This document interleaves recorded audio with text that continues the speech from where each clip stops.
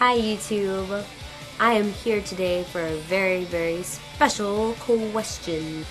So, I got asked a question by the amigurumi, who is a user on YouTube, and she asked me a really interesting question. So, here's her question. Hi! So I really want a BJD, and I found one that I really think is cute and I love him. And I've seen your video when you provide tips for first-time buyers, but I'm really afraid that I'm going to buy him and after a while not like him as much. And I've looked at other brand dolls and other dolls, but I don't fall for them as I did with the one I want.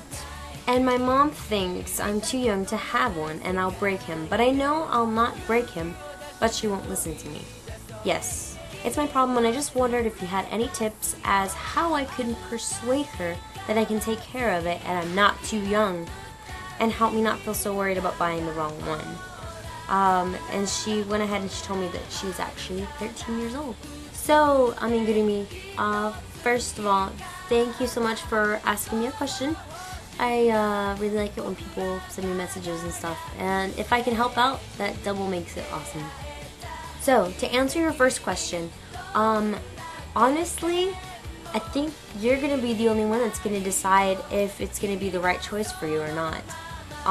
There's some things that you can do to kind of like test yourself, I guess. And kind of similar to what I said in the buying for first time users, you're going to want to make sure that you've done all your research on it before you decide on that doll. Okay, and when I say research, I mean, did you check to see if anybody has had any complaints on the doll that you want? That's like number one. Number two, I would say, have you looked at other dolls extensively? It's really easy to get caught up in one and kind of not look at the others. So, have you done that? And thirdly, as I always say, is this something that's going to actually really make you happy? Because if it is, then I would say go for it. And if that doll makes you super mega awesome happy, get it.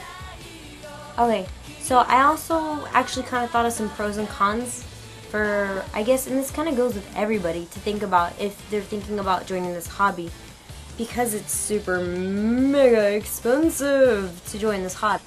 Okay, so let's start with the pro.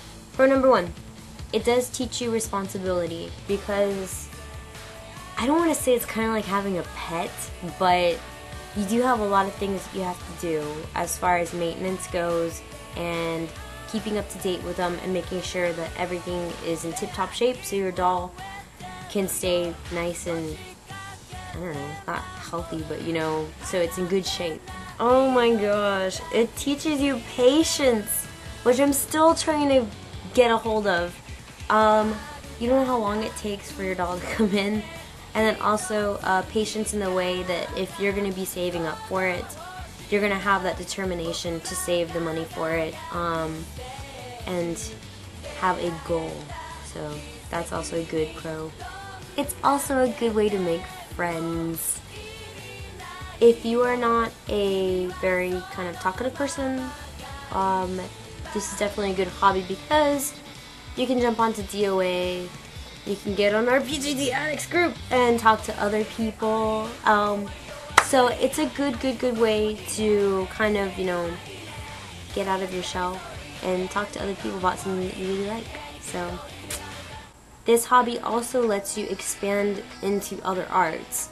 So if this is something that may be like a possible future thing you want to do, like as far as like artistic wise, like if you're going to do photography, if you're going to do painting, if you're going to do like design, this is a really good hobby because it caters to those different like arts. So it helps you with art. And my favorite pro of all, it makes me happy. This BJD hobby is so cool because there's so many cool people to meet and good things to do and awesome BJD meetups that you have a possibility of going to, or if you go to a convention, they'll have panels there. So it's just a super fun hobby. Don't think I've ever heard of anybody get really depressed about the hobby, so it makes me happy. And now for the cons. Con number 1, it costs a lot of money. This hobby is definitely not a cheap little like stamp collecting hobby. It is a lot of money. Con number 2 is that these BJDs are a lot of maintenance. You have to know how to clean them, how to de-string them, and how to restring them. You have to know how to take care of them in the ways of like making sure that they have their MSC coats on and keep them away from the sun, all that kind of stuff. So, okay, now for some advice on persuading your mom. Okay, if your mom is concerned about the price, I would say if it's possible that you try your best in any way that you can to save up money for it yourself. Even if it means that you're just saving money for like birthday cards, or if you're doing tours around the house, you're finding loose change, anything like that, I would just tell her that, hey, look mom, you know, I'm going to save my own money, you don't have to worry about, you know, I'm not like going to have you buy it for me. I'm going to save my own money. Also, something good to know that can help you save some money if you're concerned about the price. You can actually buy some of these dolls secondhand on DOA and on eBay sometimes, so it's always good to look around there to see if you can save some money that way. Another thing that you can do to reassure your mom that you're serious about this hobby would be just to simply show her DOA. Take a look around with her and show her all the different things that they have there, because it's definitely awesome, great resource to use for this hobby. Okay, so now for the super awesome fun part, which I am so superly awesomely thankful for the BJD community and how fast they were able to respond to me on this. So, the amigurumi, there are actually a lot of our friends out there that are young BJD owners or started the hobby when they were young. So, what I did was I asked 3 questions from each person that volunteered to help me out on this. And the questions are as follows.